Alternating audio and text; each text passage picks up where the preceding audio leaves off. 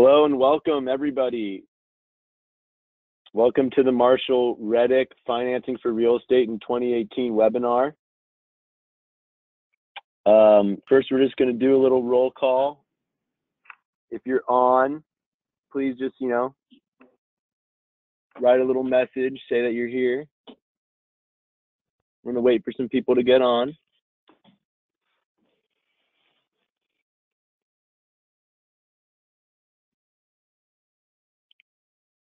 Perfect. Thank you for letting us know. Great. All right, perfect. Looks like you guys are on. So this is a completely interactive webinar. We're going to have some poll questions, so please don't be shy. If you have any questions, ask some questions. And we're really excited to talk about the financing for real estate in 2018.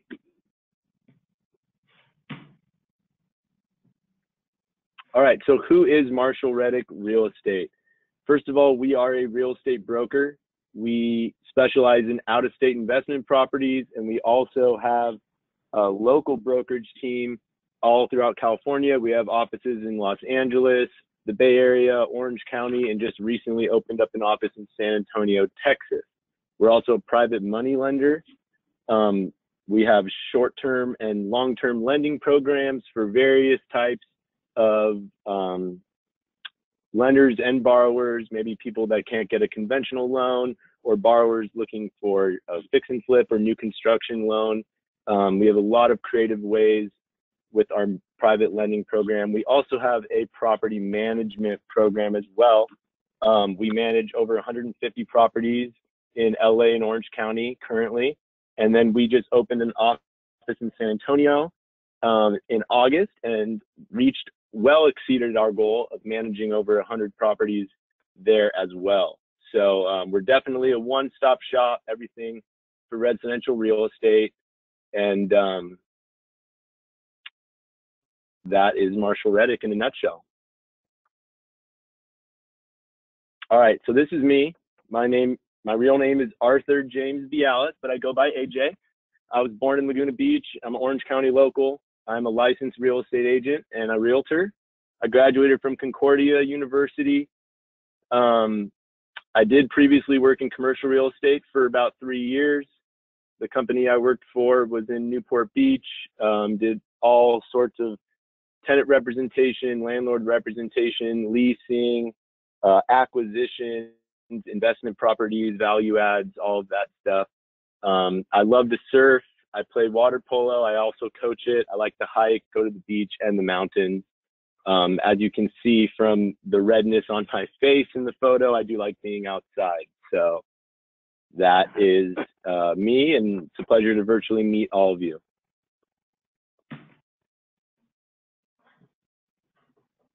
All right, so as an advisor at Marshall Reddick, what can you expect from a consultation with one of our advisors?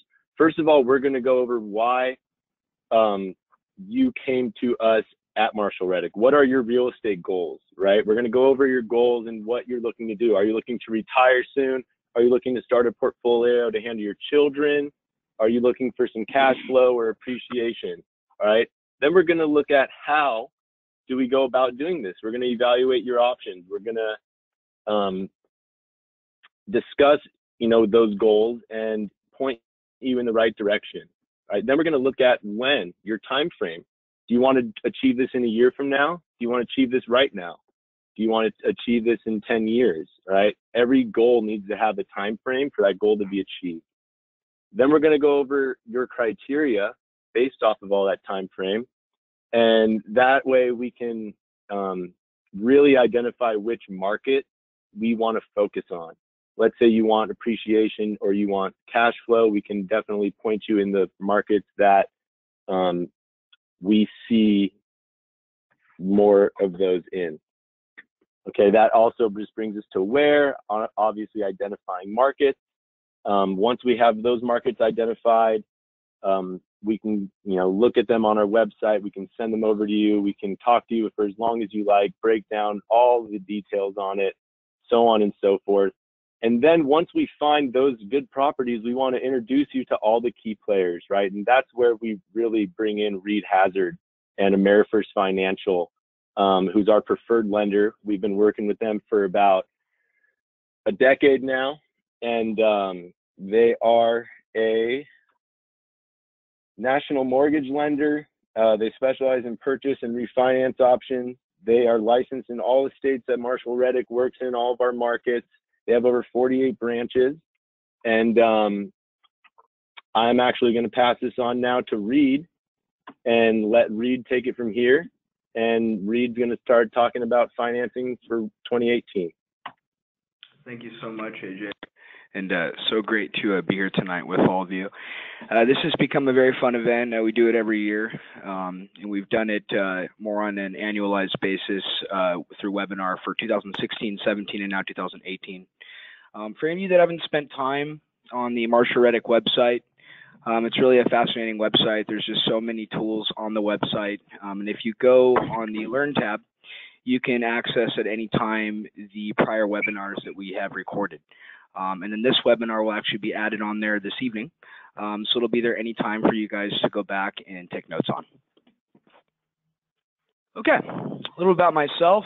You know, I specialize in 1 to 4 unit property. So this seminar tonight is going to be based around more conventional lending. And why we want to focus on conventional lending as a first tool for buying investment property is conventional lending will have the lowest interest rates with the lowest down payment requirements for buying an investment property. I'm going to go over the different guidelines on conventional financing tonight, and here on the next slide I'm going to go over all the details of what I'll be covering tonight. But again, 1 to 4 unit financing is regarding conventional financing, and most commonly known you know, conventional lenders are Fannie Mae and Freddie Mac. So I'll be covering their guidelines and extents tonight. A little bit more about me. I've been doing this with Marshall Reddick now for 13 years. Bought my first property when I was 19 years old. I've worked with well over 500 Marshall Reddick you know, clients over the years, and we've recently gotten my branch licensed in California, Oregon, Nevada, Texas, Indiana, Tennessee, Kentucky, and in Florida. And then we have avenues in Idaho, Washington, Colorado, most of the other markets in the United States. But these are the markets that I actually got my branch licensed in. And what the difference is when you get branch licensed and personally licensed is that you can process the loans within your branch. So when you get pre-approved through us, when you buy in, let's say, Texas, or when you buy in one of these states, you'll be working with somebody local here in California. You know, we do have investors that are located all over the nation. We have investors located in different countries. You know, and so for you guys, one thing that we offer, we're always going to have the best service. But again, sort of an extra caveat is that when you're located in California, it's great to talk to somebody that's on the same time frame as you.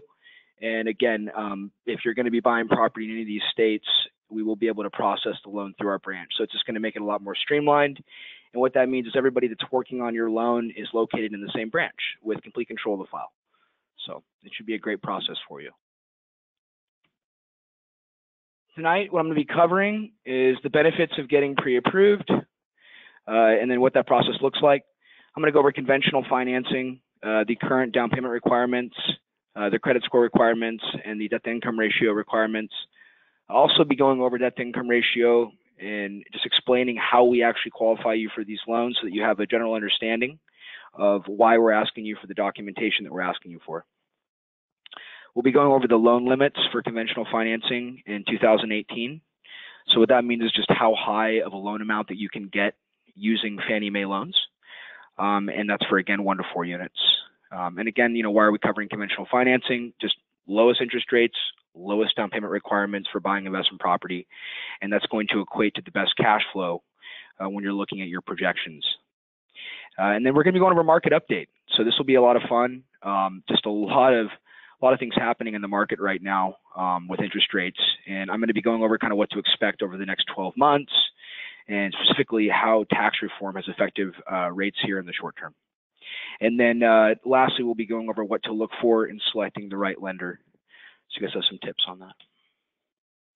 Okay, so getting pre-approved, in order to get a fully underwritten approval so that you're prepared to buy, and this is what any lender is going to ask you for, is a completed loan application. We can do it over the, over the phone or online. Credit reports got to be pulled and reviewed. We will then run the loan through an automated underwriting system for where we're going to sell the loan. So if it's a Fannie Mae loan, we'll run it through the Fannie Mae automated underwriting system, and it'll pop out an approve eligible, and it'll give you an actual loan number. We then request a documentation off of that AUS, and we have you sign a few borrower disclosure forms. More importantly, the borrower's authorization form. What that allows us to do is get a verification of employment from your employer. So when you're a W-2 employee, you could have just moved here on a work visa 6 months ago, and you don't need to have 2 years of employment history. You're W-2 and you're here on a work visa. We can get you qualified right away to buy an investment property using conventional financing by simply getting a verification of employment done. Your employer will detail what your pay is, what your, if you have any bonuses, what your hourly pay is, or rather what your salary is. And generally, if you've worked there for at least 2 years, it'll go back and it'll document what you've made over the past 2 years. So getting that verification of employment done is very important, because many times the income on a pay stub or on your tax returns, we're not able to max it out. But when we have that verification of employment, it really allows us to use all of your income. And again, if you don't have a 2-year history, if you just went to being a W-2 employee, or if you just got a job and it's a W-2 income, we can always use W-2 income, and we can qualify you right away to buy either a primary home or to buy an investment property using conventional financing. Several years back, they required 2 years of W-2 income consistently in order to qualify. If you're self-employed, you have to have 24 months of being self-employed, or at least 2 years tax returns. So if you got self-employed near the end of 2016, but you have tax returns from 2016 that are self-employed returns, and then you have 2017 tax returns being self-employed, even though it's not a full 24 months, we can still potentially get you approved. But in general, for being self-employed, they want to see a full 24 months. Again, if you have the 2 years tax returns though, and if you've been self-employed and you have those 2 years of returns, it's definitely worth it for us to run it through the AUS system to see if we can get a Fannie Mae approval. Something else, if you're going from being W-2 right now to being self-employed, just know we're going to have to wait 2 years before we can qualify you to buy a property using this type of financing. If you're going from being self-employed to W-2 right now, again, you can get qualified right away. So we will get a borrower's authorization form signed, a few other documents signed that we need. We will get the income and the asset documentation, like your tax returns, 2 months bank statements, W-2s if you're W-2'd for the past 2 years, pay stubs for 30 days. And then we have 2 underwriters in my office. One just does pre-approvals. And so his job is to review all the documentation for accuracy, and also to run an approval so that we can get you accurate loan terms. So after going through this process, you will have what is considered a conditional loan approval letter. I send that off to you, and then I send you the options for which you are approved for. We also process the approval based on the max amount that you qualify for. So that way you know up front, this is how high I can go, or rather if I want to buy 2 or 3 or 4, even 5 properties, this is how much I can qualify for. And that way you can start to build your goals with the real estate advisor. So, like I said, we can do the application over the phone. What I always do is we do an introduction call together no matter what, so I can answer any questions that you have, and I can understand what it is that you're looking to do in a more in-depth basis. I'll ask you some questions and sort of pre-qualify you over the phone. And then if you want to do the application over the phone, it takes about 15 minutes. Or we have the best online application system in the industry. It's powered by a company called Blend. And these folks spent hundreds of millions of dollars developing an application platform for mortgage lenders to make it very seamless. You will log into your own AmeriFirst account, create your own password. It will walk you through the application, and it'll create an updated documentation request for you directly in the system. You can upload your documents directly to our system. And as you're doing that, we get notified, so we follow up right away. And by doing it this way, you can have an approval done same day that you do the application. Either way, though, it's totally up to you how you want to do your loan application. But you go to reedhazard.com.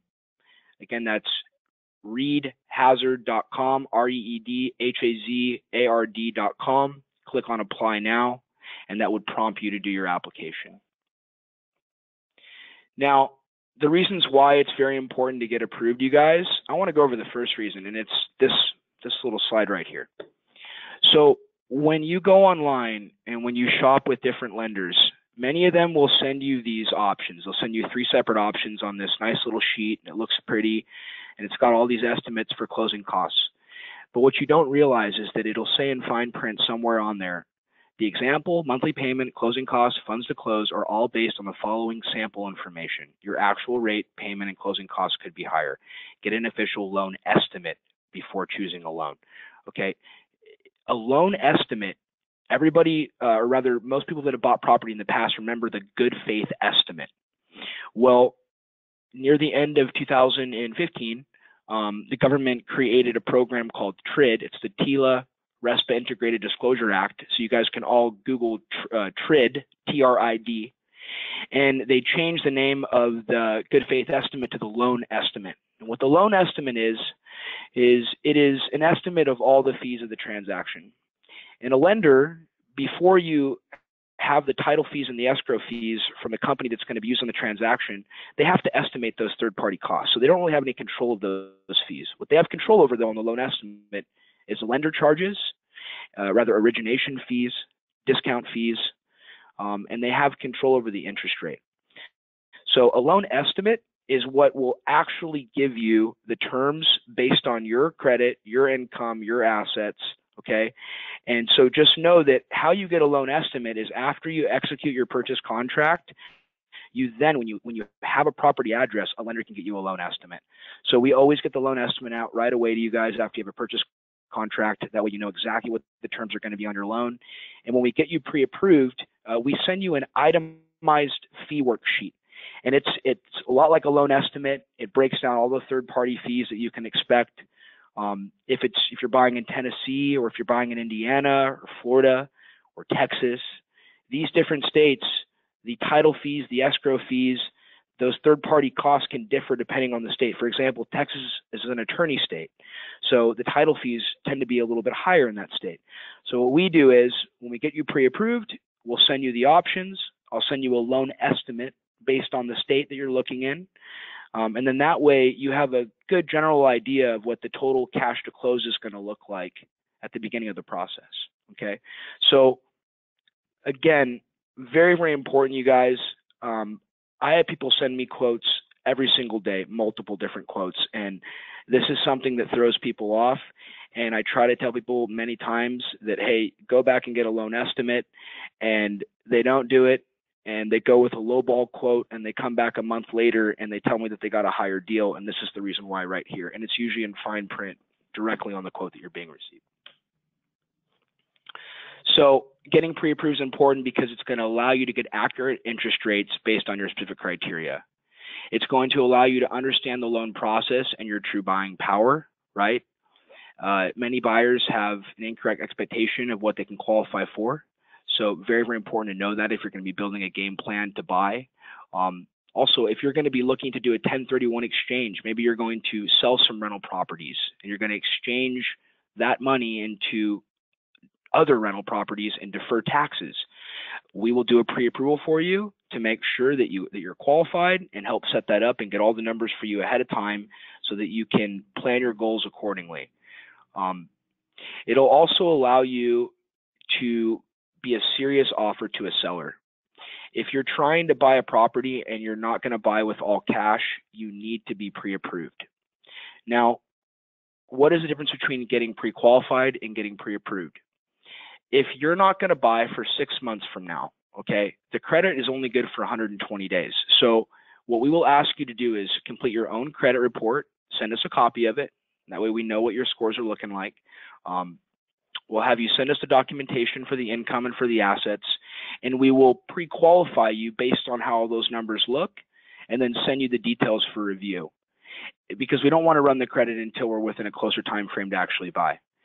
Getting pre-approved, though, is actually getting that credit ran and going through this process right here. Okay, so again, if you're going to be shopping in the next 120 days, go through the process, get pre-approved. It's free.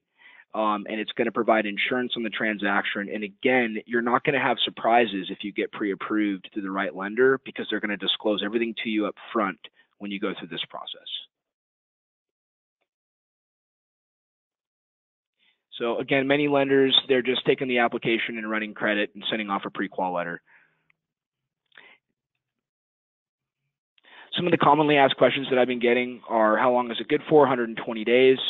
What if you're not looking to buy for 4 to 6 months? Again, we don't need to run credit yet. Let's hold off. Let's at least analyze your situation though and get you qualified ahead of time so that you know what you can qualify for when the time comes. And then we run the credit when we get closer to that process. How long will it take the process to pre-approval? We can have this done the same day that you send in your application. If you've got 7 or 8 rental properties and you have a more extensive file, it's probably going to take you a day or two for most people just to get all the documentation together. So in that situation, you're probably looking at about a 3 to 4 day process. But in general, I mean, we can go as fast as you need us to. And it's going to be good for, like I said, for a full 120 days from the date that we run credit. If you don't find a property within that time frame, we will keep your application on file. We'll keep all your documentation on file in our secured system. And then you get back in touch with us whenever you're ready to start shopping again. And we'll update the pay stubs and bank statements and provide a new pre-approval letter for you. And what if I want to purchase more than one property? Is the pre-approval good for multiple purchases? So, I mean, you guys, we have a lot of people right now where their property values have gone up quite a bit over the last 15 to 20 years. And these properties are getting maybe a little older and the maintenance costs are going up, and they want to 1031 and put that wealth into maybe a newer property. We have a lot of people that are 1031ing properties from out of state, bringing those back into California. We have clients that are doing the opposite, that are selling property in California and moving it out of state. So when you do that, many times we have buyers that are buying multiple properties at once. So we can do 4 loans at one time for you. The most we can do is 5 at one time. And you can get a total of 10 conventional loans with Fannie Mae. So again, you can do up to 5 loans at once if you needed to. And when we pre-approve you, that's one of the things that we'll do. When we have our consultation call, we'll kind of go over obviously what your goals are. And then we'll process the approval based on the max that you qualify for. And then if you want to see how high you can go based on multiple properties, we'll break that down for you and show you all the numbers up front. Okay, so time for a quick poll. I'm going to let AJ take over here.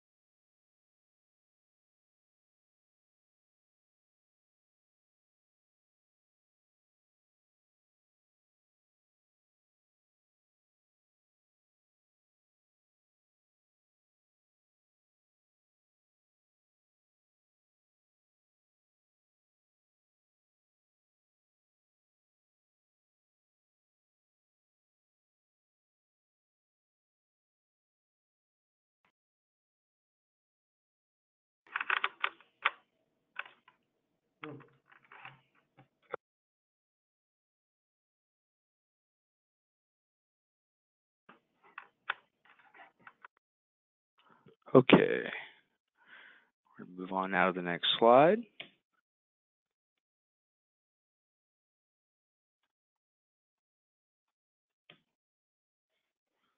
Okay, so a general question that I get, you guys, is how are we qualifying you for these loans? For example, I already own a home. I have one other investment property. I'm making $100,000 a year. I've got a few $100,000 in savings, and you guys are telling me that I can roll that into 4 different investment properties and get some good cash flows. Okay, how are you guys doing that? How are we buying four properties or even 2 properties? So when we qualify you for a conventional loan, we're asking for all the income documentation so we can find out what your debt to income ratio is. That's why we need to run the credit. We need to find out what debts are attached to your personal credit report. So, for example, if you make $10,000 a month in gross income, pre-tax income, and you're a W-2 employee, and your monthly payment for your primary residence where you live, for the principal and interest on the loan, for property taxes, for homeowners insurance. Let's say you have an HOA. Let's say that total payment's $4,000. And let's say on your personal credit report, you have no credit card debt, no auto loans, no installment loans, no student loans, nothing on your credit report. So your total monthly debts are $4,000. $4,000 divided into $10,000 would be 40%. So you'd have a 40% debt to income ratio. So when you're buying an investment property using this type of financing, you can't go any higher than a 49.99% max debt to income ratio. And now the debts that are included in debt to income ratio are, again, minimum payments on credit cards, auto loans, mortgages including property taxes and insurance, student loans, and any other loan that's on credit. Debts that are not included against DTI ratios are auto or health insurance, cell phone and utilities, including cable, loans to family and friends that are not recorded, business loans, so if it's tied to an EIN number, or if it's on your personal credit report and it's let's say that it's an automobile that you have with a $400 a month payment, and you can show that you write checks out of your business for that auto payment, and you can show at least 12 months that you've been making payments from your business for that auto, we can exclude that debt from your debt to income ratio.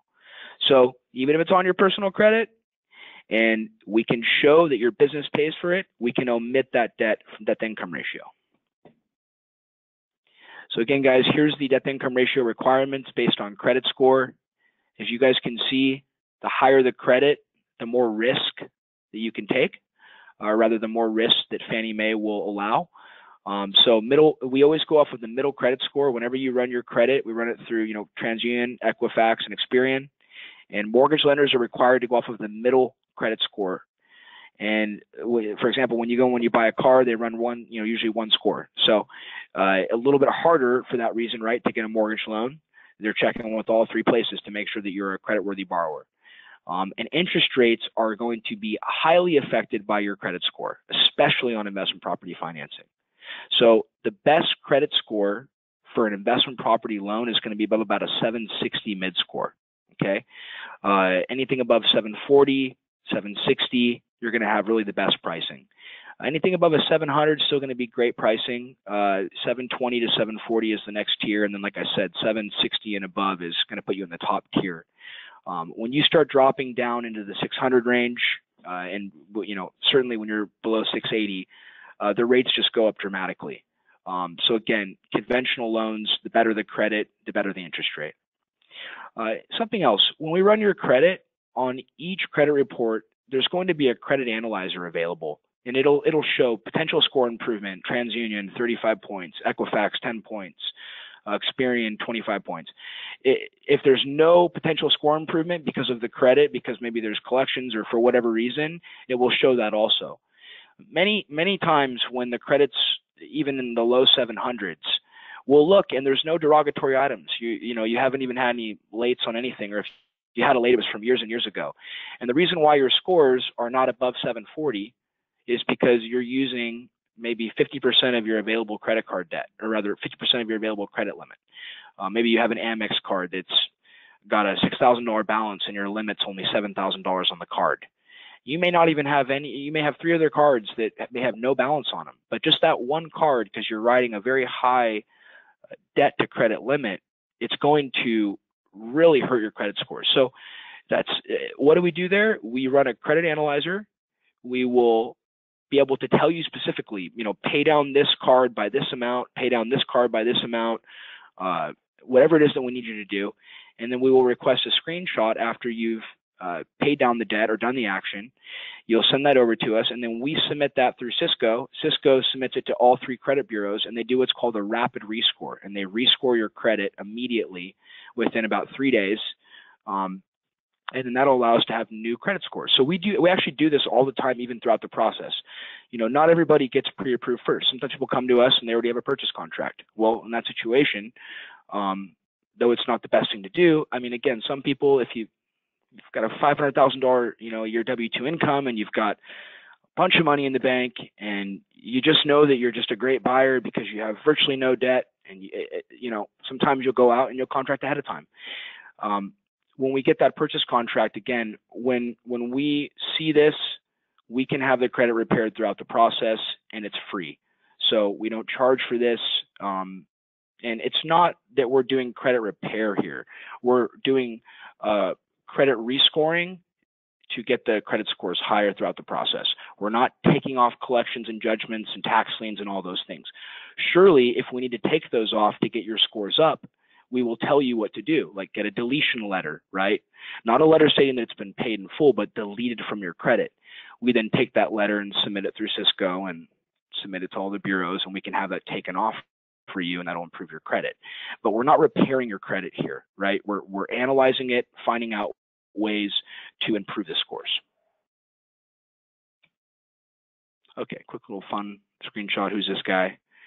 That's me before I had facial hair, and back when I was 19, working with in Marshall Reddick Real Estate. That's the first mortgage company I ever worked for, American Direct Mortgage. Yeah, just a lot of fun. Love what I do. And I've been doing presentations and seminars like this since I was that age. So I'm 32 now, and again, just love what I do. So happy you guys are on the call tonight. Okay, so just some tips that I have over the years of some things that you're going to want to do and not do after you get pre-approved. Don't apply for or open new credit of any kind after you're approved when you're in that shopping phase. You know, you're out there looking aggressively and you want to buy now and you've gotten fully pre-approved. Focus on buying the house. Don't focus on buying anything else. You know, if you need to, if your lease is coming due and you have to release a new car or something like that, just call your loan officer, tell them what's going on, give them the new payment information, and make sure it's not going to affect you. You know, because if that debt ratio goes up by 0.1% and you happen to be at that max, you know, that could cause for your loan to get denied after you're in process. There's no exceptions on, oh, can we just do 51% debt ratio? No, it doesn't. If you're above the limit that you're approved for, you will not get approved to close a loan. So don't max out or overcharge on your current credit cards. Why do I say that? So the credit score is protected for 120 days from the date that we run your credit. But after you open escrow on your new purchase, the underwriter will do a soft pull of your credit to see if your liability amount has gone up, to see if you're using more of your credit now. And if you have a larger balance on your credit card, it's going to cause a larger minimum payment, which will cause higher debt to income ratios. And if you didn't want to have to pay down the extra $3,000 that you just put on your card, well, now you might have to keep your debt ratios low enough to qualify. So for things like that, we just say try not to overuse or use your credit cards too much after you get approved. If it's something where it's not going to affect you because you're way below where you need to be in order to qualify, then it's fine. But in general, this is why loan officers and people tell you don't overcharge or max out your current credit cards. It's simply for that reason. The underwriter always does a soft pull. It's not a hard hit to your credit, but they do a soft pull because they want to see, hey, like, have they opened up any new debt? Are they using more of their credit card debt? Meaning we'll have to hit them for higher debt ratios. So anything that you buy, the underwriter is going to find it after you open escrow. So also always disclose it. Don't consolidate any credit card debt unless we tell you to. Don't make any large purchases unless you let us know. Quick little example, when you're buying investment property versus buying a primary home, you cannot use gift funds to buy an investment property. So if your mom and your dad go, hey, we've got $100,000 that we want to gift you to go out and buy 2 investment properties because we know it works and we've been doing it for years and we want to help our son or we want to help our daughter get started. That's great. All we have to do is they have to give you the money, and we need to wait till it's your money, meaning till we have 2 bank statements not showing the large deposit going into your account. Those funds are now seasoned. Those are your funds, and you can use those funds to buy the property because they're your funds. If there's any large deposits into the account that you're going to use for your down payment, they're going to have to be sourced, okay? So if that money hasn't just been sitting there for 2 months and there's money coming in from other places, it has to be sourced. Well, if it's coming from your Charles Schwab account because you sold some stock and moved it in there, or if it's coming from a retirement account because you're borrowing from your 401k maybe to buy some property, we can source that. If it's coming from any of your other existing accounts, we can source that. If it's coming from your wife or your husband, we can source that, right? But if it's coming from someone else it's considered gift funds or even borrowed funds, and it's not allowed on investment property transactions. So if you're going to make any large deposits into the accounts that you're going to use to buy with, just make sure that they're coming from your own personal accounts, or that they can be sourced from one of your accounts.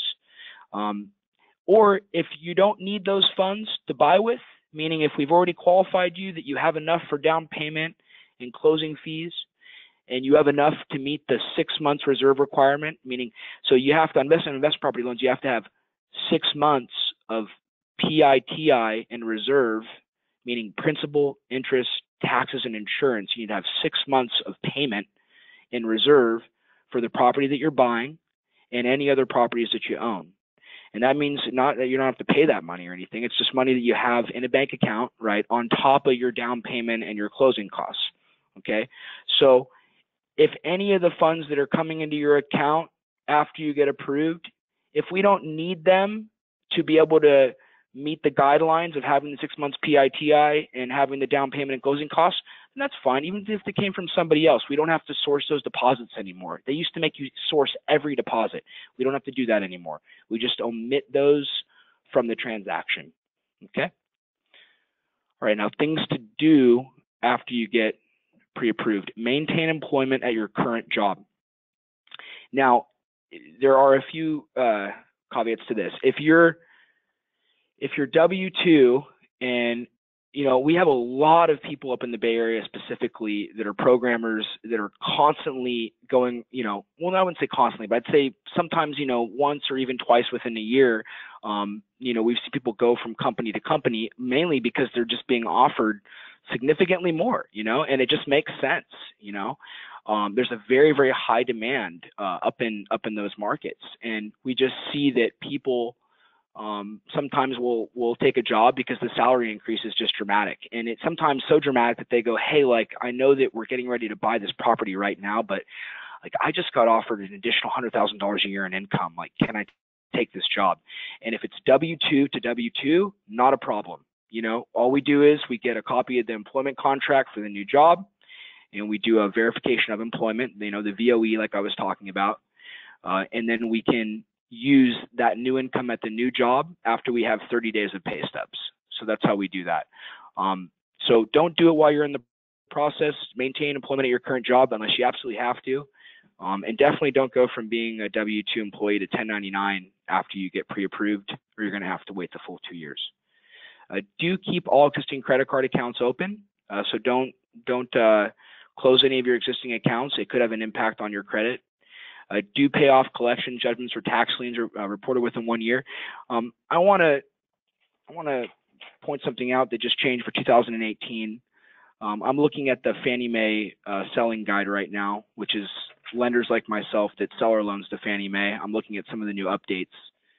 And one of the updates that just happened is, if you do owe taxes from the prior year or prior years, if you have an installment plan set up and it's not, there isn't an actual lien filed by the IRS because you've called them ahead of time and you've set up an installment agreement where you're making monthly payments, we can now allow you to close on an investment property with those outstanding taxes due. Again, you have to have an installment plan in place. There can be no liens on your credit, so the IRS cannot have put the lien on your credit. And if they do, then you need to get it taken off. And how you do that usually is you would get an installment agreement set up and then request them to take it off your credit, which they would then usually do. But as long as you can meet these guidelines, it's okay to have back taxes essentially and be paying on them and still buy investment property. And do stay current on all existing accounts and financial documents. So, if you're late, I actually just ran credit a couple days ago for a new client, and, they had flawless credit, but something had happened and there was a 30-day late on a credit card. And, their scores were actually still very good. They were up in the 700 range, so they still had great credit. And I had expected it to probably impact them more. Because in general it just does, but this just goes to show, like, if you've had credit for a very long time and you've always made your payments on time and something does happen, you're not going to get dinged as hard as someone that's maybe only had credit for 10 years because they're in their late 20s or early 30s.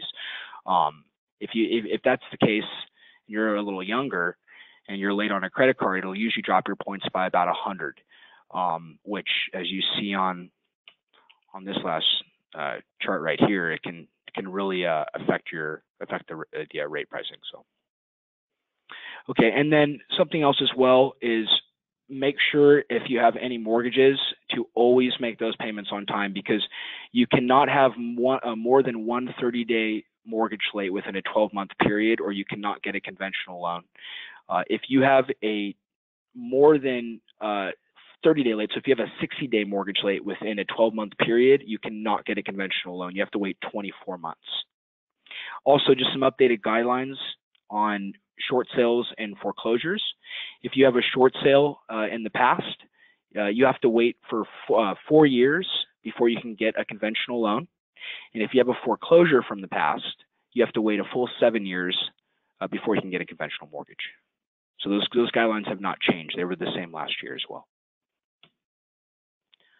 Okay, so now we're going to talk about some fun stuff.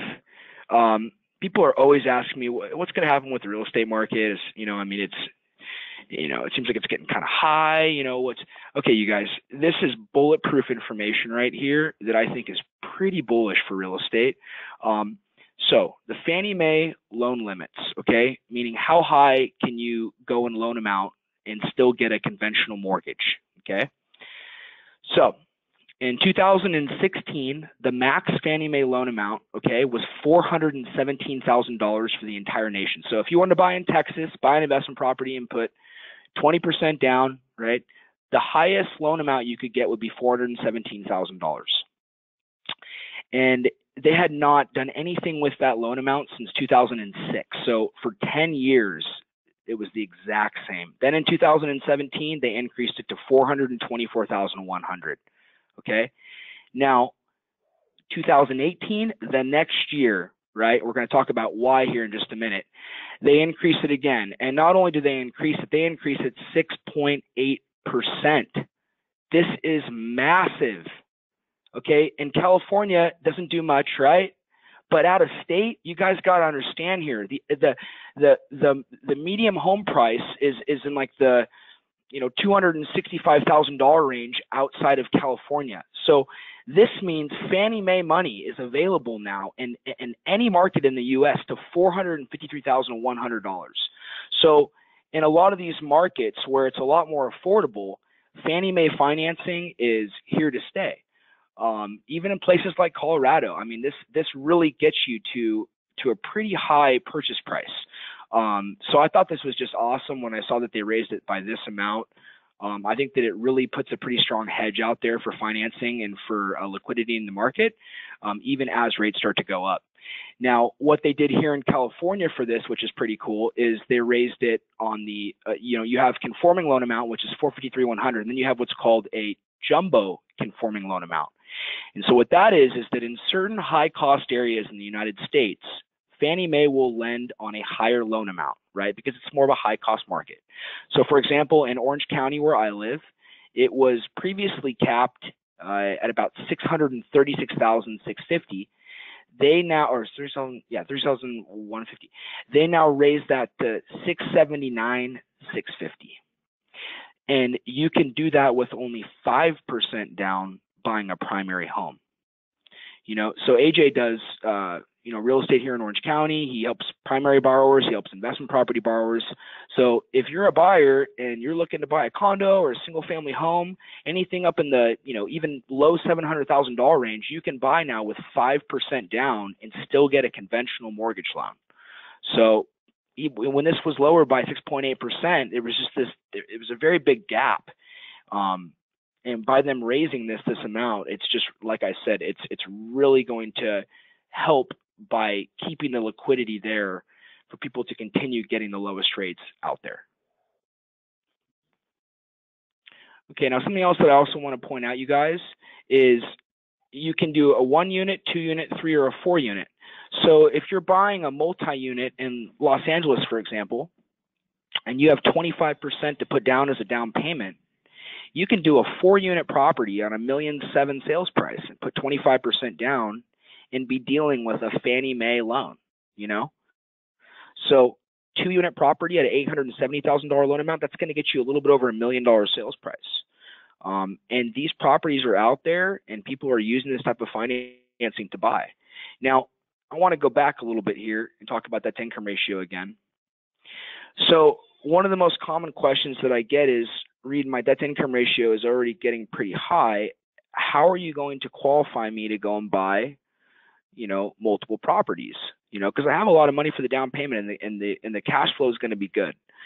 We can use 75% of the projected monthly rental income coming in off the property to offset your monthly payment towards your debt to income ratios. So moving forward again, back to this scenario right here, if you were going to buy a multi-unit property here in California in a high cost market, you could do 25% down, and you could deal with an interest rate that's going to be on a 30-year fixed loan. It's going to have the lowest interest rates available, and you could do it on a lower income than you really think, because we can use income from the other units to help offset your monthly payment. So, if the rent's coming in are $6,000 and we can use 75% of that $6,000 and then add that with your monthly income, you'd be surprised what you can qualify for. So just a thought if you're looking to buy here in California and if you're looking at multi-unit. So what are the down payment requirements in today's market to get conventional financing? So on a 1-unit property, 80%, 20% down, 640 mid credit score. Anything lower than that, you're not able to get a DU approval. A 2 to 4 unit loan is going to require at least 25% down. Okay, so remember, 1-unit financing, 20% down minimum. 2 to 4 unit financing, 25% down minimum. And then in order to get properties 5 and 6, you have to have a middle credit score of a 700.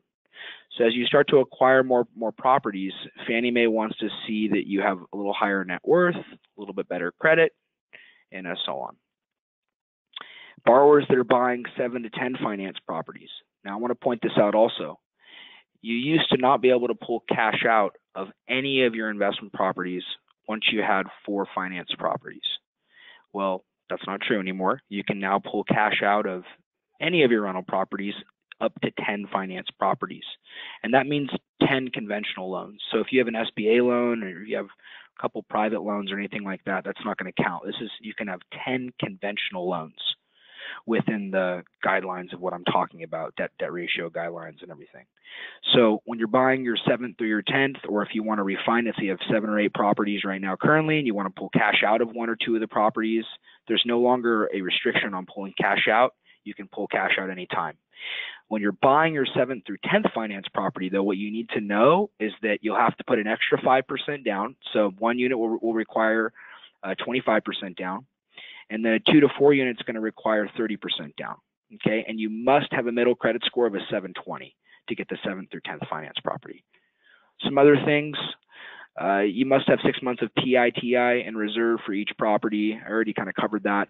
But again, that's going to be for every property that you have. Rental income can be used to offset monthly payment at 75% of projected monthly rents. That's regardless of the amount of properties that you have. So even as you're buying your 7th, 8th, 9th, and 10th, you can still use that rental income to offset the payment, which is great. And then the max debt to income ratio, though, gets capped at 45% when you're going through your 7th to 10th finance property. So again, as you're at 7 to 10, they just want to see that you have higher income, more money into the transaction, right? Larger down payment, and that you have better credit. And this is all good, you guys, because this is how people have been having to buy property. Actually, the guidelines were even stricter over the past 6-7 years. They've been buying property like this for the last since 2010. So people have been having to put a lot of their own money into the transaction, right? And they've been having to qualify with debt to income ratios that show that they can afford the property. So they're much less likely to lose the property, meaning less foreclosures and short sales, meaning lower inventory, which is what we're experiencing right now, right? Meaning a little bit higher property values also because less inventory, right? And a lot more buyers, okay? So unless inventory somehow dramatically picks up and people start letting go of their properties, there's not going to be a market crash anytime soon, right, for that reason in real estate. Okay, not to say that we won't have other types of market corrections or that we're not going to correct at some point, okay, because there's always corrections to be made. But higher conventional loan limits, still being able to go to this amount of finance properties, but making the guidelines still where they're at, making it this difficult, it's not as risky as you think, and that's why the default ratio for mortgage loans right now is at an all-time low. I know that my company personally, they write about 1,000 mortgage loans a month, and our default ratio is about 1 loan a month on average right now. That's how many loans that we write that people default on. So something to think about. And 1 to 4 unit properties only. So anything over 4 units is going to be considered a commercial property. Okay, different type of financing. AJ can advise you on that type of financing. But again, this is 1 to 4 unit properties only. And you can have multiple loans, but can only have 10 finance conventional loans. So let's say that you have 9 properties, but you have 10 loans attached to those 9 properties. So maybe you have a first and a second on 1 property. You can still buy a 10th property because it's about how many finance properties that you have, not about how many loans that you have on your properties. You may purchase or refinance a primary residence regardless of the amount of finance properties that you own. So we have a gal that she had about 28 investment properties, and she'd bought them, got all through the 90s, the early 2000s. She bought a few in 06, 07, a few in 2010. And then when these guidelines were hard into effect, she was not able to buy anymore. Well, we qualified her to do a primary residence purchase recently, and the application was very difficult to get done because of the Schedule E that she had. But her debt ratios worked, and she was able to buy. So if you have more than 10 finance properties, you can still buy a primary home. This only pertains to investment property financing. And when you go through 7 to 10 finance properties, there's only a 15-year fixed and a 30-year fixed loan available.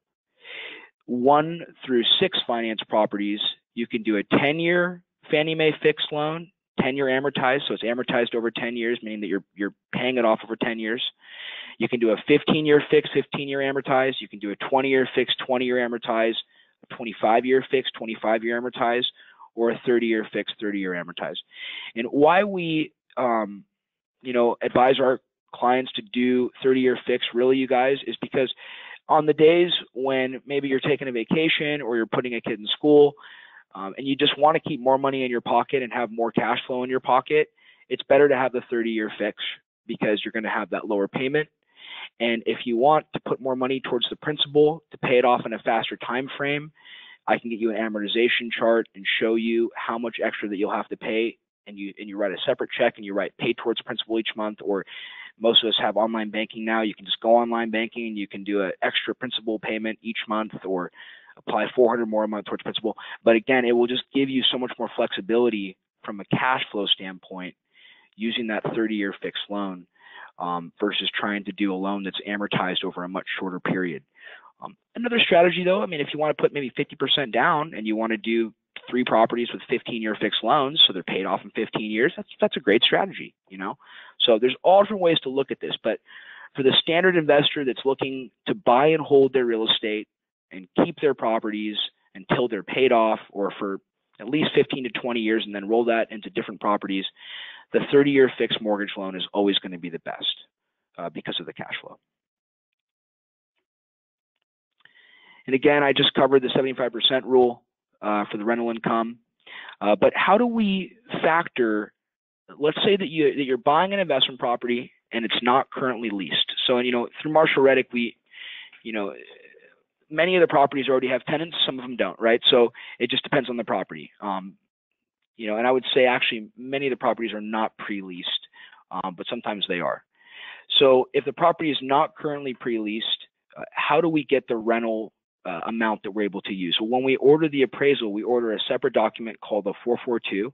It's a rental comparable analysis, and it's going to show what all the other comparable properties within about a 2 to 4 mile radius, what those are renting for. And then we can use 75% of that amount to offset the debt to income ratios. So for this reason also, it's more expensive when you buy an investment property from an appraisal standpoint. If you get an appraisal on a primary residence on, a condo, it's going to be probably $475. Single family home, about the same. When you do investment property appraisal, it's going to be around $650 to $700. Okay, because of the fact that the appraiser has to do more work and they have to do more analysis for you. And how we get the appraisal is we order through a third-party management company, and then the management company selects the appraiser. And this is a new law that was enacted in around 2010, and it's because Fannie Mae doesn't want the lender to have any connection or have any contact with the appraiser until after the appraisal has been completed. So again, this is great for you because no one's influencing the value of the report. But for this reason, after you open escrow on your investment property, what you're always going to want to do first is get a home inspection.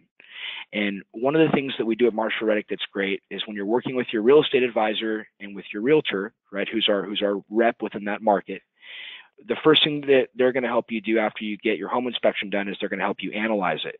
And if there's repairs that need to be made, anything that we could potentially get the seller to credit, we're going to see if we can get the seller to chip in to help. If you're buying in a really hot market and the appraisal even comes in above the ask or above the sales price, or and the seller, there's $4,000 in repairs that are needed, seller doesn't want to pay them. So, okay, sometimes you might have to take care of that yourself, but at least at this part of the process, getting the home inspection is a great negotiating tool. So it's always good to have people on your team that are going to help you negotiate those repairs, even if you can't get the seller to pay for them. And more importantly, the home inspection, the most important part about it is that it's more in depth than getting an appraisal. The appraisal is going to verify the value of the property, and it's going to verify anything that the appraiser can see with his own eyes that might need to be repaired. Like if there's visible termite damage, you're going to have to get a termite inspection. If there's no visible termite damage, you don't have to get a termite inspection, right? So that's an appraisal for you. A home inspection, they're going to look under the sink. They're going to look at everything to do with this property that the appraiser can't see. They're going to go up in the attic, and they're just going to spend a lot of time making sure that this property is in good standing, and they're going to point out everything that could be wrong with it or that is currently wrong with it. So again, we want to get the home inspection first.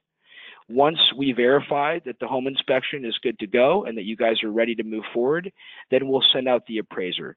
So for that reason, because these are expensive to get these appraisals done, if after the home inspection it doesn't work out and you guys back out and we find another property, we will not have had this cost on the transaction because we wait till after we get your blessing, rather, with the home inspection. Okay. All right, everybody. That brings us to our next poll. Sorry about the technical difficulties on the first one here. Here comes our second poll. How many mortgages do you currently own?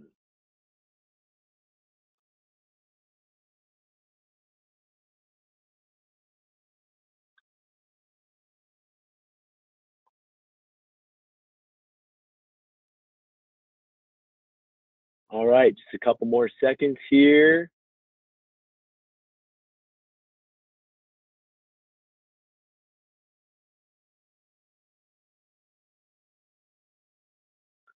Perfect. All right, so it looks like we have a few first-time people here looking to invest.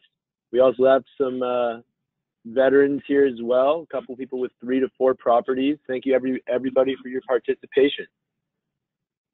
Thank you, everybody. Really appreciate it. Okay, so now we'll go on to the next slide. We're going to have a little bit of fun right now and talk about the market. I really enjoy this stuff and have a passion for it because I've been tracking it since I got in the business. And I think now there's really a lot to talk about here. So what we're going to do is we're going to talk about a few things. We're going to talk about the 30-year fixed mortgage to start. This is a line chart from 1971 till 2015 or so. But I'm going to discuss what happened here, right? So rates back in the early 80s at their peak hit 18.45%. Now, if you put your money into a CD at Bank of America back at that time, you could get a 10% return on a 6-month CD. So it's all relative to its environment, right? The higher the 30-year fixed mortgage rate, generally the higher rate of return that you can get on investments in the market. as far as fixed investments, like putting your money into a CD or something of that nature.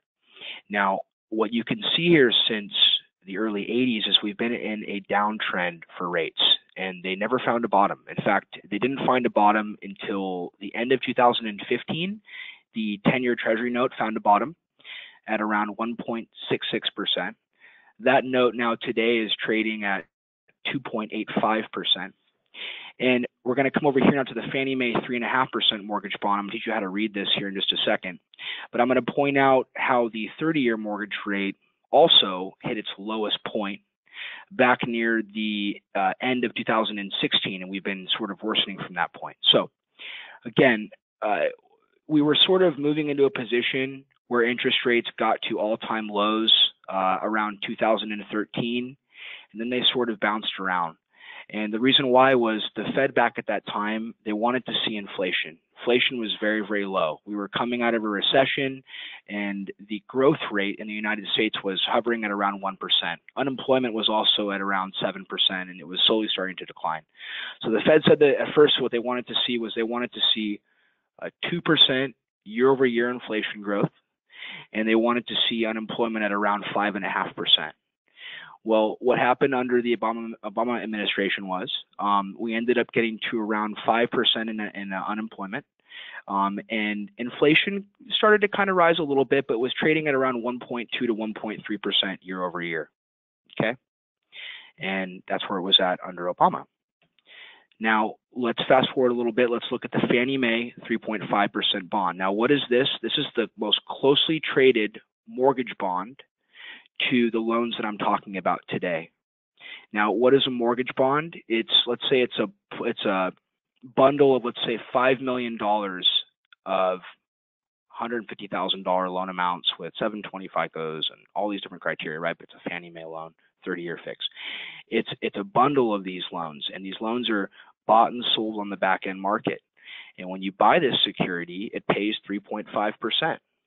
If you buy a treasury bond, which is U.S. debt, right, and you're a large investor like a large institutional bank or hedge fund, and you want to allocate a portion of your funds into fixed, securities, some investors will buy, treasury notes because U.S. debt is very secure. U.S. always pays their bills, right?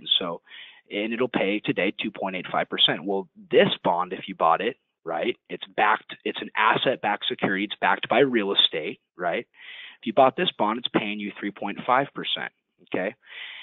Investors didn't buy this bond heavily other than the government back in 2010, 11, 12, 13, because most of these bonds that were out there were non-performing. People had foreclosed or short sold and they weren't paying their payments.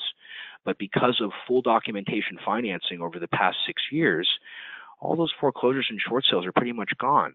And the notes that are now out there that are being bought and sold and that are being originated each month through people like me are good notes, right? People are making their payments on time and they are performing notes. So this security has become very heavily traded, not only by the government, but by many different governments, many different banks, many large institutions, okay? Now, green, okay, each one of these little lines is a day of trading, right? The market's open Monday through Friday, except for federal holidays. Now, green means investors are buying the bond. That causes the bond to appreciate and drives down the yield. Rates go down. So think of the day whenever you see a green line, rates got better that day. Red is investors selling the bond, causing the bond to depreciate, which drives up the yield, and it makes rates worse that day. Okay, so green, rates got better that day. Red, rates got worse that day. Okay, this purple line that you see here is the 200-day moving average. That's the average where the rate has been over the past 200 days. The pink line is the 100-day moving average. The dark blue line is the 50-day moving average. The light blue line is the 25-day moving average, and the 10-day is this green line that you see right here, right? So the last 10 days, where have rates been? That's the average, okay? Now, the first highlight, that's the highest price ever paid for a mortgage-backed security, meaning it's the lowest rate of all time for a 30-year fixed mortgage, okay? 30-year fixed mortgage rate bottomed in around September of 2016. The 10-year Treasury note, if you look at a chart right now, It would show you that it bottomed at around the end of 2015, right? That's when it found its bottom. And something needed to happen to throw rates off of this course that you see right here, this downtrend that you've had since literally the early 80s, okay? And what is it that finally is throwing us off? Fed wanted to see inflation, right? Well, when Trump was elected, Trump was talking about spending $1.5 trillion in infrastructure and changing the healthcare mandate and dropping corporate taxes and tax reform and all these different things, right? So when he gets elected, surprisingly, okay, what do you think happens to mortgage rates? They automatically go up because it's signaling to the markets that there's going to be higher inflation, meaning that the Fed is going to have to increase their rates more to curb that inflation.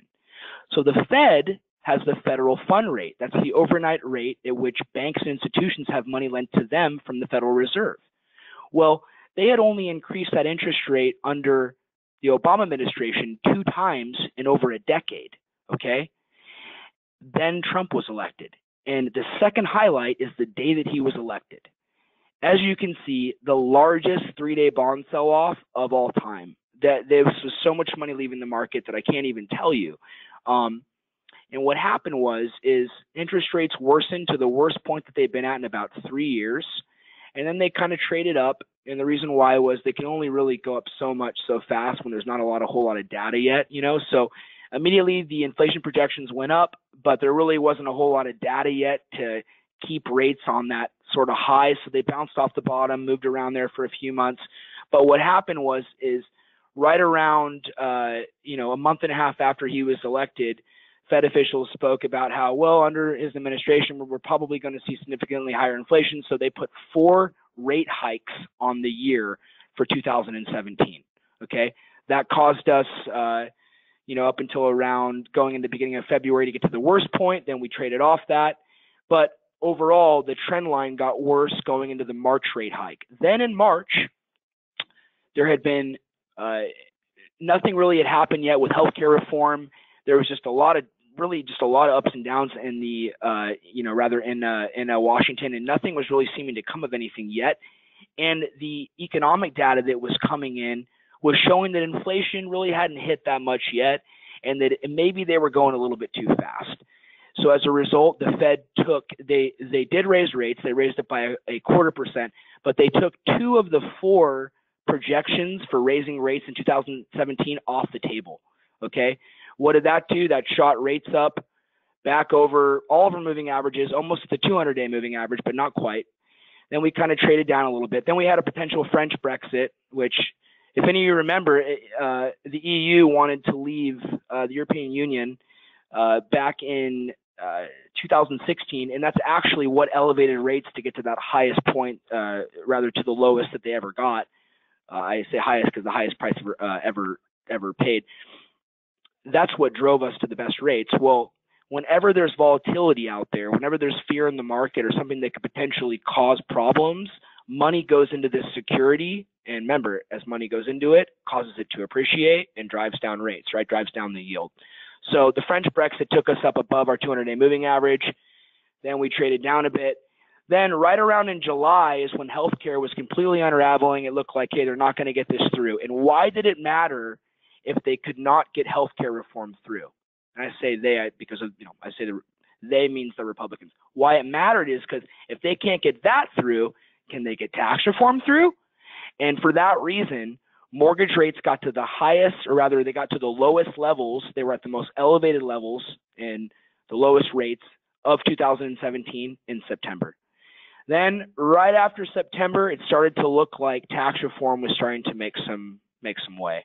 And it's been about nothing but tax reform ever since, okay? And you can see it clearly on this chart.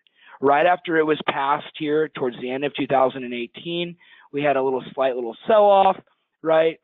The markets are kind of playing with everybody. The stock market's having a few days where it's going down when really it's just accumulating, okay? And that's why the minute that you got into January, gosh, the best start to the year we've ever had in the stock market.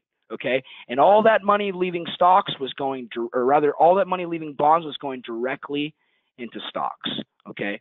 And now what's happened is because rates have gone up so fast, so quickly, it's actually been kind of making the stock market and bonds move in the same direction. When generally, if stocks are selling off, that money is going into the bond market as a safe haven, and they wait till it's a better time to re-enter the stock market. What's happening right now is stocks are selling off because of the fact that rates are going up, and that's going to create a different environment for investing potentially. And so that actually could maybe hurt stocks, and that's why you're seeing money move in the same direction right now. What that tells us is this is a fundamental change. Rates have now clearly, from a chart standpoint, bottomed. Okay, the 30-year rate has definitely bottomed, and we're now on an uptrend. But you guys, what's my point here? You're still historically low. Rates are below 5.5% for a 30-year fix on a primary residence. They're in the low fours still right now, probably 4.375% on average. So you're still, from a historic standpoint, interest rates are still extremely, extremely low, and money is still very, very cheap. And what I can tell you is it's not going to be cheap forever. It's not going to go up too fast. And the reason why is because the federal chairman, the new chairman, who I'm going to talk about here in a minute, Jerome Powell, he is very versed in the financial markets. And this year needs to be a lot about seeing if the markets can handle a little bit higher rates, but also seeing what the effects of tax reform are. And for that, we need to see April of next year come and go. So I believe we still have, some time here with interest rates below 5% on a 30-year fixed rate for a primary home. Right now, the 30-year fixed rate for an investment property is in the high 4% range, putting 25% down. So they're still fantastic. But I'm telling everybody right now, if you need to combine a first and a second into one loan and do a refinance, get it done now. If you need to sell a few properties and do a 1031 and put those into multi-units or whatever you want to do with your financing, try and get it done this year if it has to do with 30-year fixed mortgage rates or fixed mortgage rates, because everything that I'm seeing, the president of my company, we've been to multiple meetings. Everyone is pretty much saying the same thing here, that it's pretty factual that rates are now going to start to go up from here. And right now we're seeing the worst point of the year in some people's eyes. I think it's probably going to worsen more throughout February and maybe get a little worse even into next month. And I believe that the 10-year Treasury note will hit about 3% and then maybe down trade from that point and maybe get a little bit better at some point throughout the year. If the stock market has another couple days where it's going down 1,000 points a day, obviously that money is going to move into bonds and rates are going to get better. But again, you guys, take advantage of the 30-year fixed mortgage rate while you can, while it's still this low. And why it's so important is every 1% rise in your interest rate is going to affect your cash flow by 12%. So if rates go from 5.5% to 6.5%, it's going to increase your cash, or rather it's going to take away 12% of your cash flow. Okay? So rates are very, very important when it comes to investing. This is our weekly market update. Anyone that wants to be added on this will go out every Saturday morning. It's great information, and you can track it. You can see what's going on with the market and with interest rates. And again, if you want to be added on this, it goes out every Saturday morning. Just send us an email after the presentation tonight, and we'll get you added on that right away. And in fact, before I cover this, I want to cover one last thing that's sort of the elephant in the room that I believe is also going to cause interest rates to go up. We now have a new Fed chief. So the prior Fed chief was Janet Yellen, and Janet Yellen was considered more of a dove. So dove means patiently waiting for better economic data before we increase interest rates. Being more hawkish is wanting to aggressively move rates up faster because of higher inflation on the horizon. Well, Jerome Powell is definitely more of a hawk than Janet Yellen was. A couple fun details about him. I've got a fun little sheet here. He's 65 years old. He's the 16th Fed chair. He studied at Princeton and got a law degree from Georgetown University. He's worked as a lawyer and as an investment banker.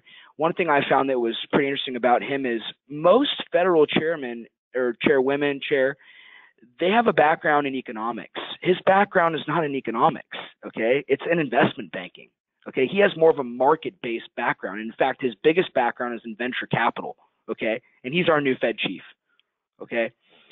He's worked for the Carlyle Group. He's worked for the Treasury Department. And more importantly, he made statements in 2012 that were a little bit more hawkish, that he doesn't really like the type of accommodating that's been going on with keeping rates this low for this long. So he's already stating, what does that mean? It means that he's expected to be more hawkish on rates than Janet Yellen, okay? And we're moving into a year where clearly rates are already going up because of higher inflation. So how many times are we expected to see rates go up this year?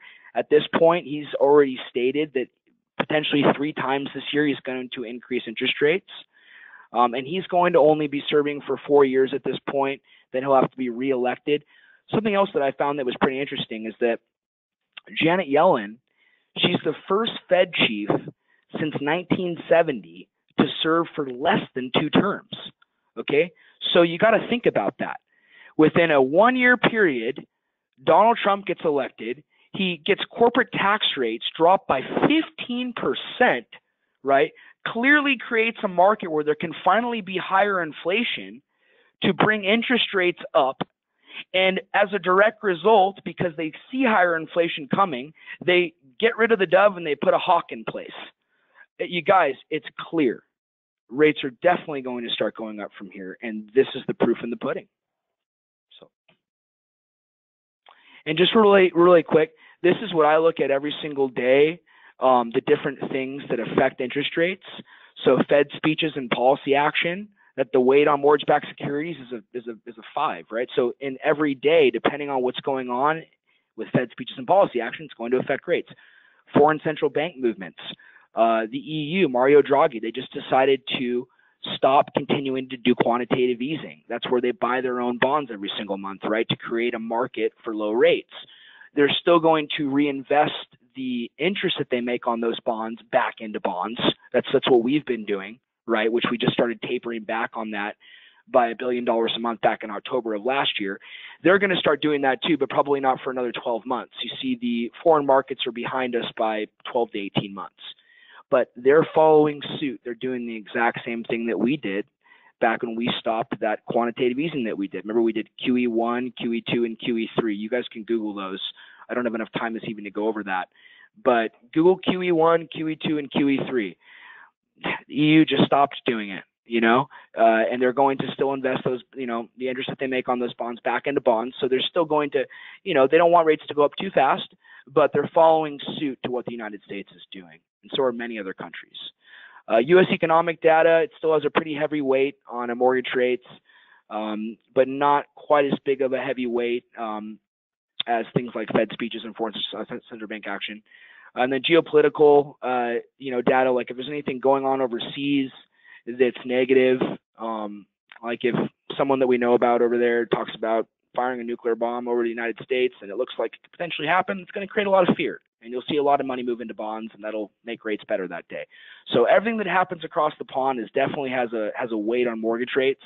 But the biggest things, again, being what the Fed does with their rates, what foreign central banks are doing, and also what's happening with the oil. I mean, oil is very inflationary. So you guys got to look at this. Oil bottomed a few years back too at around $26 a barrel. It's now up in the $60 a barrel range, right? So oil is looked at as being very inflationary because oil filters into everything, right? It takes oil to power machines, to make wood, to build houses, right?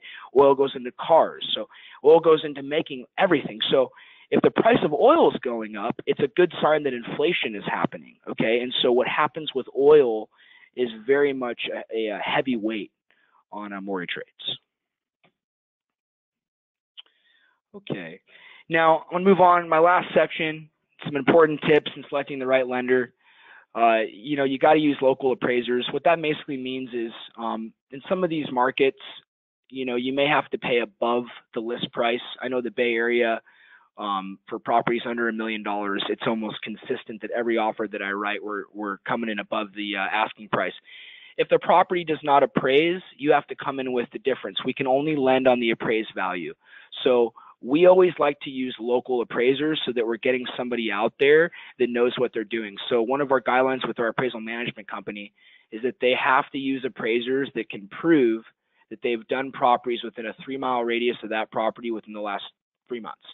So what that does is it gets us, any of you that know the Orange County market, it gets us a Newport Beach appraiser for a Newport Beach property, not a Rancho Santa Margarita appraiser for a Newport Beach property. That can cause your appraisal to come in 200 grand short, and now you're coming out of pocket for all this money, and maybe you didn't have the money to come out of pocket for it. So very, very important. We're a direct lender, and we do have some control in that regard to at least have guidelines set for what we need, and that's something that we've done to help us with this problem. You got to have low interest rates. It's just a given. We've got the lowest rates in the nation. We've got very low rates for out-of-state properties as well. So yeah, check us on that. It must be a direct lender. And what all that means is anybody that ever hears, what's a direct lender? I hear direct lender. All it means is that the company originating your loan is also the company that's funding your loan. So they have complete control of the file, right? And dedicated in-house processing and underwriting team. Everyone that works on your loan is in the same branch as your loan officer. That's just going to help make it more streamlined for you. Okay, must specialize in purchase transactions. That's a given. Purchase and a refinance loan are two totally separate things. And you must be available on evenings and weekends. That is a mandatory, you guys. I want to talk a little bit about online presence. This is just some of our reviews online. It's very, very important that your lender, if you're doing a purchase loan, has an online presence. The seller is going to review options, and they're going to review offers, and they're going to see every good seller's agent is going to go online and they're going to Google the lender. Most good agents are going to call the lender and they're going to talk to him, right? And it really, really helps if the loan officer is a branch manager, and it really, really helps if they have a great online presence. So if you Google us, we've got great online reviews, all 5 stars, and that really will help us win an offer. And another thing that's very, very, very, very important is you need to be able to produce a loan approval that does not require a loan contingency at the offer stage. Now, not all offers have to go out without a loan contingency, but in certain markets where it's just very low inventory, a lot of buyers, and there's a lot of all cash offers out there, we got to be able to come in hot. And if you can do a fully underwritten approval and we can come in with no loan contingency, 15-day closing, I mean, and if our offer is highest and best, it's not always about, the all cash offer could be all cash $100,000 over asking, but the bank statements are from funds that are overseas, or the buyer doesn't want to show proof of funds, but he's writing this offer that he's all cash.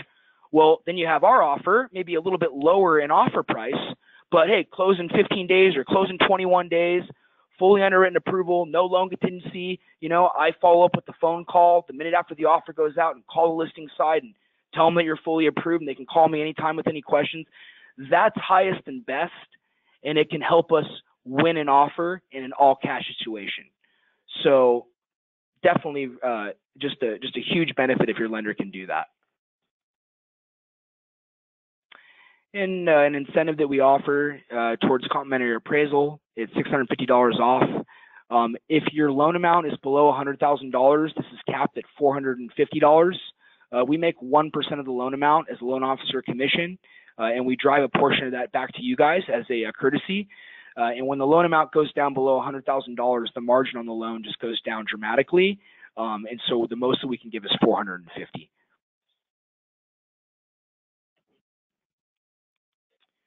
Yeah, and this is my office. Any of you guys that are local or live in Orange County or familiar with San Clemente, we're located in the old historic City Hall building at the top of Del Mar Street.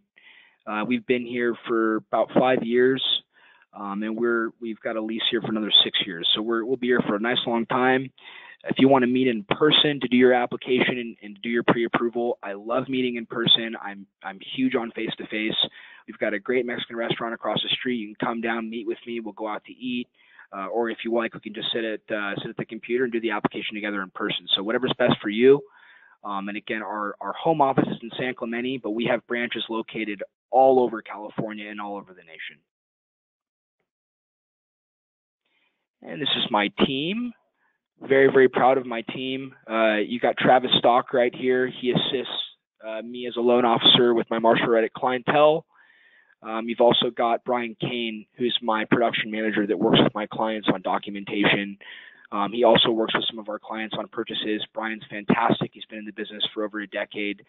Travis has been a loan officer for about 6 years, so very, very knowledgeable. I just got a great team, you guys. So any of you that has the opportunity to work with one of us, if anything, ever any concerns or just anything at all, I'm also always available. I have a large service team on the back end that pushes my loans through from a documentation standpoint that allows me to be available for you by phone anytime, and that way I can service you. The biggest thing that you need when you're doing a purchase loan is you always need to be able to get a hold of your loan officer, and that's what I really try to always make sure that I do for all of my clients. And that's going to conclude us tonight, you guys. I hope that you learned a lot of information. I hope that you write questions on the polling. I'm going to be getting back to everybody here within the next day or so. Myself and Travis will be calling back people, answering questions, getting you pre-qualified. And I urge you guys, again, please ask questions. We have clients that we've been working with for 2, 3, 4 years before they even buy a property. We have other clients that we're working with for 2 weeks and they're ready to go. So it's whatever your time frame is, we want to work with you within that time frame. There's no pressure. And again, getting pre-approved is at no cost to you. So yeah, let us know how we can help. That's my cell phone number. I don't give out my office because I always have my phone on me. That's our address. And anybody that wants to get started with the application tonight, go to www.reedhazard.com, click on apply now, and we'll follow up with you right away after you start to complete your application. Okay, and I'm going to hand it on back over to AJ.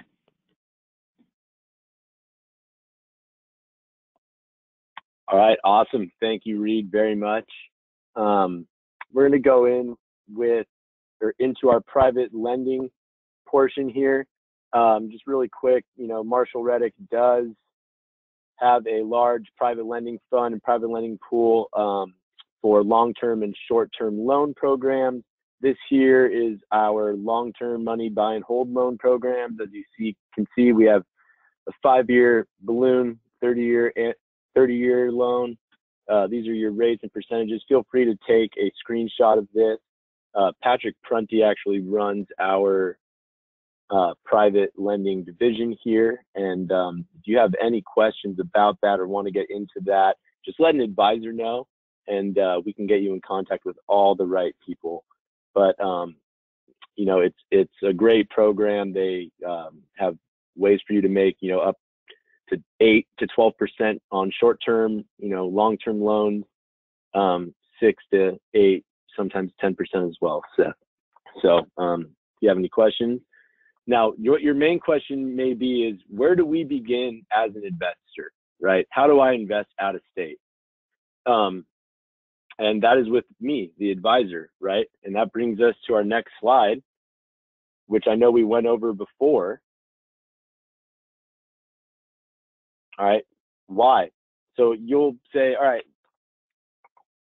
where do I begin as an investor, right? And then you call me as an advisor and we go over your goals. We go over what you're really trying to do. Are you trying to retire in 10 years? Are you trying to retire in 5 years? Are you looking, long-term down the line? You're gonna retire in maybe 20 years and you want to get some investment properties that are cash flowing well. Maybe you'll own them outright by the time you retire and you'll be making a nice paycheck every single month. We have all the time in the world.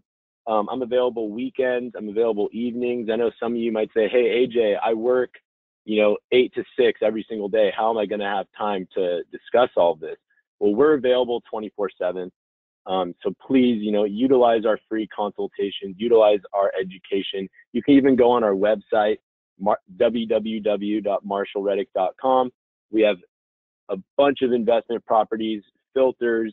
You can basically look at the entire underwriting by yourself and, adjust all the numbers. So we are here for you. And, once, I know we went through the wheel earlier. So, once we really start identifying markets, that's where we then introduce you to all the key players, right? We introduce you to Reed. We get you in contact with our sales reps and our property management in all of our markets here. All right. Okay. As you can see, we have offices in the Bay Area. We have offices in Los Angeles, Orange County, Riverside, San Diego. We just opened our office in San Antonio, Texas in August, and we plan on opening up in Austin, Texas this year. Okay. And as mentioned before, Reed is also licensed in all the states that we work in. So, let's say you were wanting to, you're looking for a property that's going to cash flow really well, but you don't have a lot of investment capital right away. We could point you towards Clarksville or Memphis, Tennessee, or Indianapolis. Those tend to be great markets there. Maybe you want appreciation and cash flow. Fort Myers, Florida, and Tampa, Florida have been great markets for that. Maybe you want a secure investment. You want something that's going to be appreciating in, a market that really, even if you looked in 2007 to 2009, didn't really dip that low. Then you might want to look at our Texas markets because, Texas actually has stricter lending laws and historically has had that. So when we saw the crash in 2007 to 2009, you really didn't see prices dip as low in the state of Texas. So that's a very more secure investment there. Also, going back to using AmeriFirst for your approval, I can't even explain how important it is to really have that direct underwritten approval going in when you're putting up an offer. It's not only if you're going up against cash offers, but just from experience of working with buyers, it is a process to get approved. If you go to your traditional bank, I guarantee you, by the time they get you approved, that house is already going to be in escrow and you're going to miss out on your opportunity.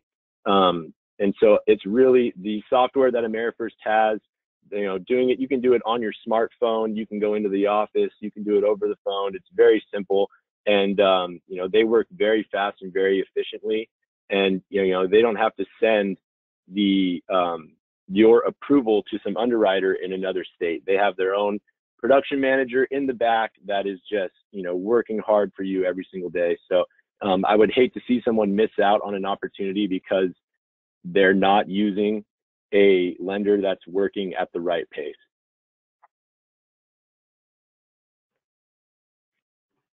All right, so that brings us to our complimentary consultation. As mentioned, I'm available 7 days a week, 24/7. If you want to call me at midnight, you can call me at midnight. This is my email. That's my cell phone number, 949-697-1934.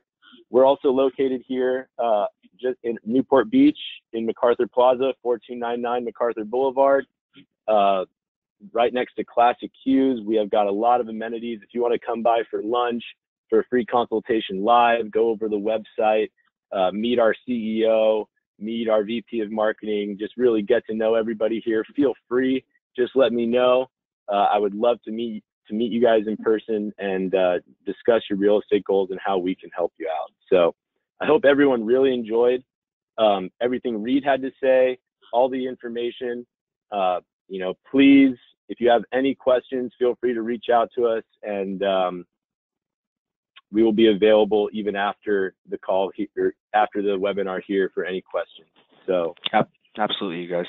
Everybody have a wonderful evening, and thank you again for joining us on Financing for Investors in 2018. Thanks so much.